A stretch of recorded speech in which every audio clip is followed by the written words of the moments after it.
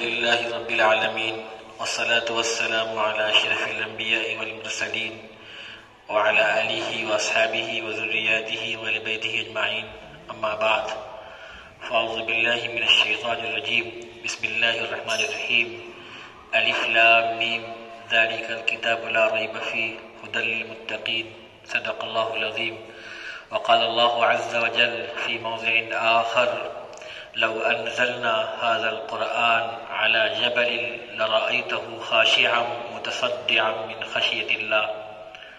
صدق الله العظيم وصدق رسوله النبي الأمين الكريم، ونحن على ذلك لمن الشاهدين والشاكرين والحمد لله رب العالمين.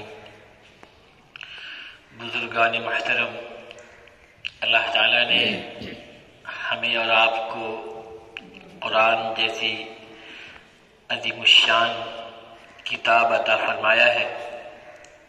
یہ قرآن مقدس دنیا کی سب سے بڑی کتاب اور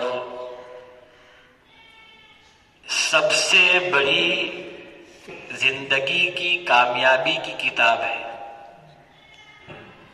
قرآن نہ صرف یہ کہ تلاوت کے لیے ہے، بلکہ قرآن پاک زندگی میں انسان کو کس طرح رہنا ہے ایک گائیڈ بک کی طور پر ہے، لا بک ہے، دستور حیات ہے.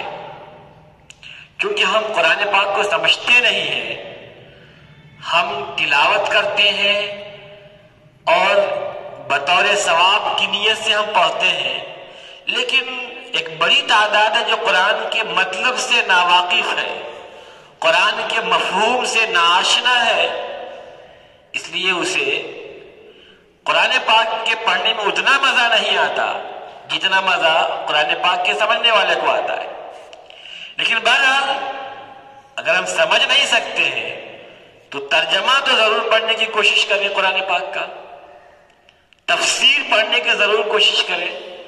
دیکھیں تو کہ خالق کائنات، زمین و آسمان کا مالک خدا تعالیٰ بندوں سے کیا کہہ رہا ہے.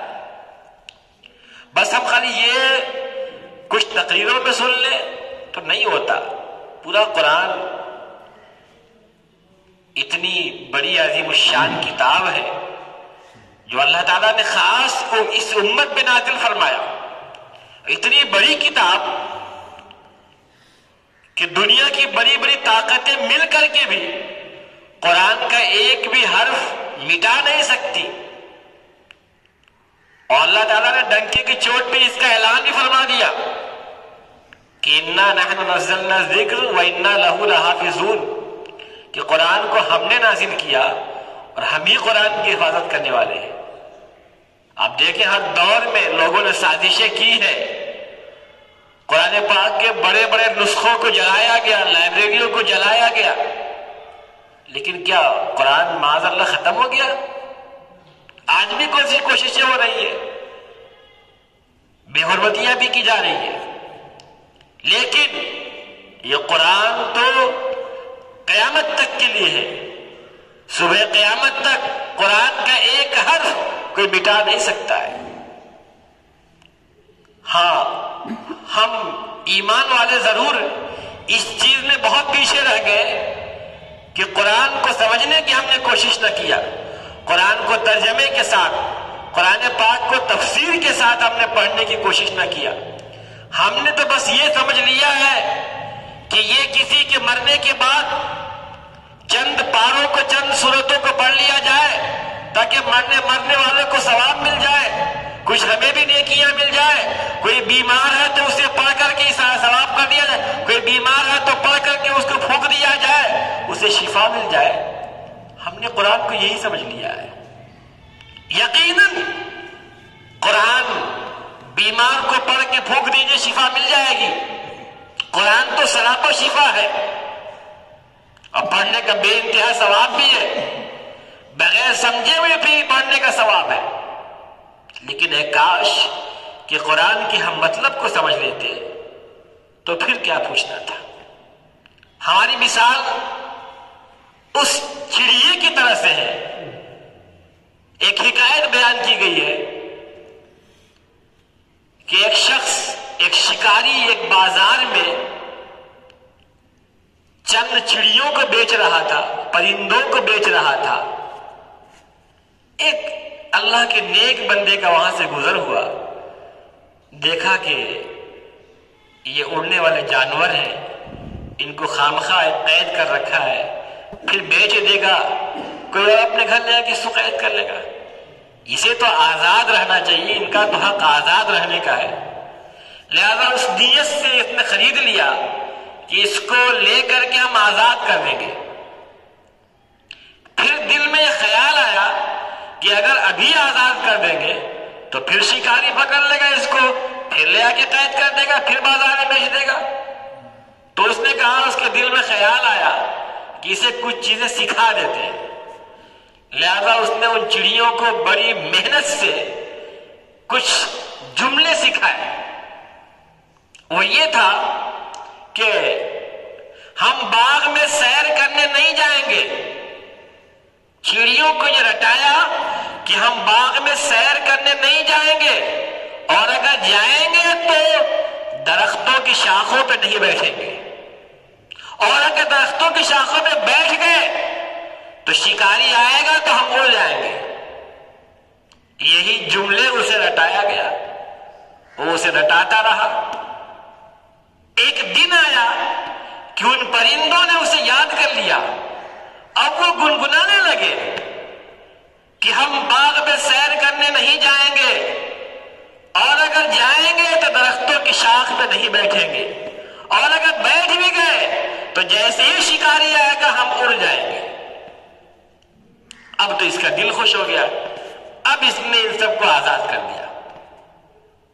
اب اس نیک بندے نے سب کو آزاد کر دیا، اس بھولے انسان نے سب کو آزاد کر دیا، یہ سمجھتے کہ اب یہ چالاک ہو گئے ہیں، اب یہ کسی کے شکار میں نہیں آئیں گے۔ اب وہ چڑیا پرندے باغ میں پہنچے اور جا کے درختوں کی شاخ پہ بیٹھ گئے۔ ادھر سے شکاری گزرا، وہی شکاری تو دیکھا کہ یہ پرندے تو گا رہے ہیں کہ ہم باغوں میں سیر کرنے نہیں جائیں گے، اور اگر چلے گئے باغ میں سیر کرنے کے لیے تو درختوں کی شاخ پہ نہیں بیٹھیں گے، اور اگر درختوں کی شاخ پہ بیٹھ بھی گئے تو جیسے ہی شکاری آئے گا ہم اڑ جائیں گے۔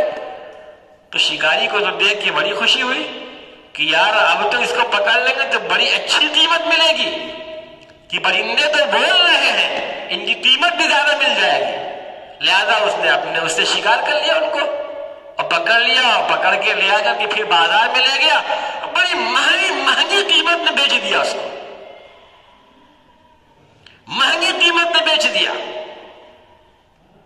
اب اگر پرندے یہ جانتے کہ باغ کیا ہوتا ہے، ہم باغ میں سیر کرنے نہیں جائیں گے، اور جیسے اگر ہم جائیں گے تو شاخوں پہ نہیں بیٹھیں گے، اور بیٹھ بھی گئے تو شکاری آئے گا تو ہم اڑ جائیں گے، انہیں کیا پتا یہ سب کیا ہوتا ہے، پرندے کیا جانے یہ سب کیا ہوتا ہے، انہیں جو رٹایا گیا انہوں نے سن لیا۔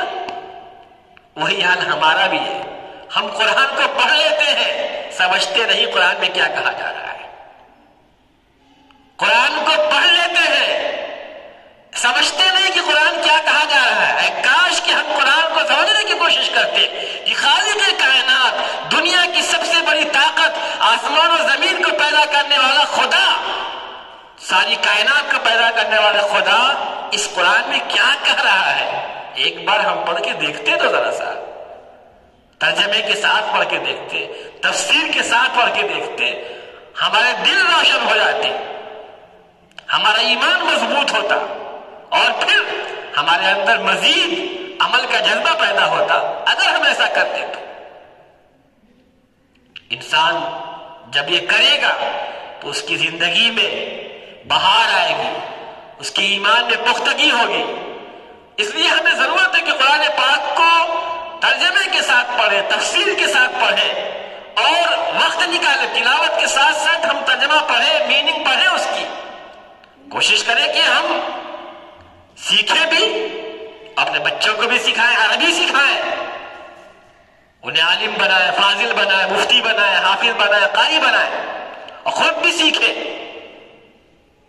اور دنیا میں زندگی میں کیسے رہنا ہے، اس سے ہمیں بڑا سکون آئے گا۔ دنیا میں بے شمار ایسے واقعات ہیں کہ ایک ایک واقعہ سن کے ہمارے دل کی دنیا بدل جاتی ہے، دل کی دنیا بدل جاتی ہے۔ ایک بادشاہ ملک کو فتح کرتے کرتے افریقہ تک پہنچ گیا، شہنشاہ تھا وہ، افریقہ تک پہنچا تو افریقہ کے ایک ایسے بستی میں پہنچا کہ جہاں کے لوگ بالکل تمام چیزوں سے ناواقف تھے۔ ان کا ایک سردار تھا، یہ بڑا نیک سردار تھا۔ یہ سردار کے اندر جو ان کا گھر تھا وہاں پہنچا تو سردار نے اس شہنشاہ کا بڑا اچھا استقبال کیا۔ اس کے بعد استقبال کرنے کے بعد تھوڑی دیر کے بعد ایک آدمی آتا ہے، اس کے ساتھ میں ایک آدمی اور تھا۔ اس نے دعویٰ کیا، ایک مقدمہ پیش کیا کہ سردار، میں نے اس آدمی سے ایک زمین خریدی تھی، اس زمین میں جب ہم نے ہل چلایا تو ہمیں خزانہ ملا۔ اب میں خزانہ اس کو دے رہا ہوں کہ زمین تم سے خریدا ہے تو یہ بندہ خزانہ نہیں لے رہا ہے۔ تو اس سے پوچھا جس نے زمین بیچا تھا، تو اس نے کہا کہ میں نے جب زمین بیچ دیا تو زمین میں جو کچھ بھی تھا سب اس کو بیچ دیا، اب جو کچھ بھی زمین کے اندر سب اس کی ملکیت ہے۔ تو اس سردار نے یہ فیصلہ کیا، اس سے پوچھا جس نے زمین خریدا تھا کہ تمہارے کوئی بیٹا ہے جس کی شادی نہ ہوئی ہو؟ کہاں ہے۔ پھر اس نے پوچھا جس نے کھیت بیچا تھا، کیا تمہارے کوئی بیٹی ہے؟ کہاں ہے۔ تو کہا کہ تم دونوں کا نکاح کر دو، پھر جو خزانہ ہے ان دونوں کو دے دو۔ لہذا ایسے ہی ہوا۔ جو شہنشاہ تھا وہ محو حیرت تعجب میں کہ اتنا بہترین فیصلہ کیا اس نے۔ تو اس نے کہا کہ اگر آپ کے ملک میں ہوتا تو آپ کیا فیصلہ کرتے؟ اس نے کہا ہمارے ملک میں یہ واقعی پیش نہیں آتا، ہمارے ملک میں اگر یہ خزانہ نکل آتا تو جس نے زمین خریدا تھا وہ بتاتا ہی نہیں کہ ہمیں خزانہ ملا ہوا ہے، اور اگر معلوم ہو بھی جاتا تو وہ دیتا ہی نہیں اس کو، لڑائی تک ہو جاتی آپس میں، کسی حال میں وہ نہ دیتا۔ اب پھر کیا فیصلہ کرتے؟ کا فیصلہ یہ کرتے ہم کہ اس خزانے کو ہم حکومت کی ملکیت میں رکھ دیتے اور دونوں کو ڈال دیتے جیل میں پکڑ کرتے، دونوں کو، کھیت بیچنے والے کو اور خریدنے والے کو، دونوں کو جیل میں ڈال دیتے اور خزانہ حکومت کی ملکیت میں ڈال دیتے۔ تصور کیجئے گا، اس بندے نے بڑے تعجب سے کہا کیا تمہارے ملک میں سورج نکلتا ہے؟ کیا تمہاری زمین پہ سورج نکلتا ہے؟ کہاں؟ کہا بارش ہوتی ہے؟ کہاں ہوتی ہے؟ کہا وہاں جانور بھی ہے کیا؟ کہا جانور بھی ہے۔ کہا بس انہیں جانوروں کے صدقے تمہیں یہ رزق مل رہا ہے، تمہیں یہ بارش مل رہی ہے، سورج مل رہا ہے، ورنہ اس زمین پہ جہاں ناانصافی ہوتی خدا تمہیں ترسا دیتا، خدا تمہیں ترسا دیتا اس ظالمانہ فیصلے کی وجہ سے۔ تو جب انسان پڑھے گا اس کے اندر جذبہ پیدا ہوگا عمل کرنے کا، اور دنیا کی محبت اس کے اندر سے ختم ہوگی۔ اللہ تعالی ہم سب کو صحیح باتوں پہ عمل کرنے کی توفیق عطا فرمائے۔ وآخر دعوانا الحمدللہ۔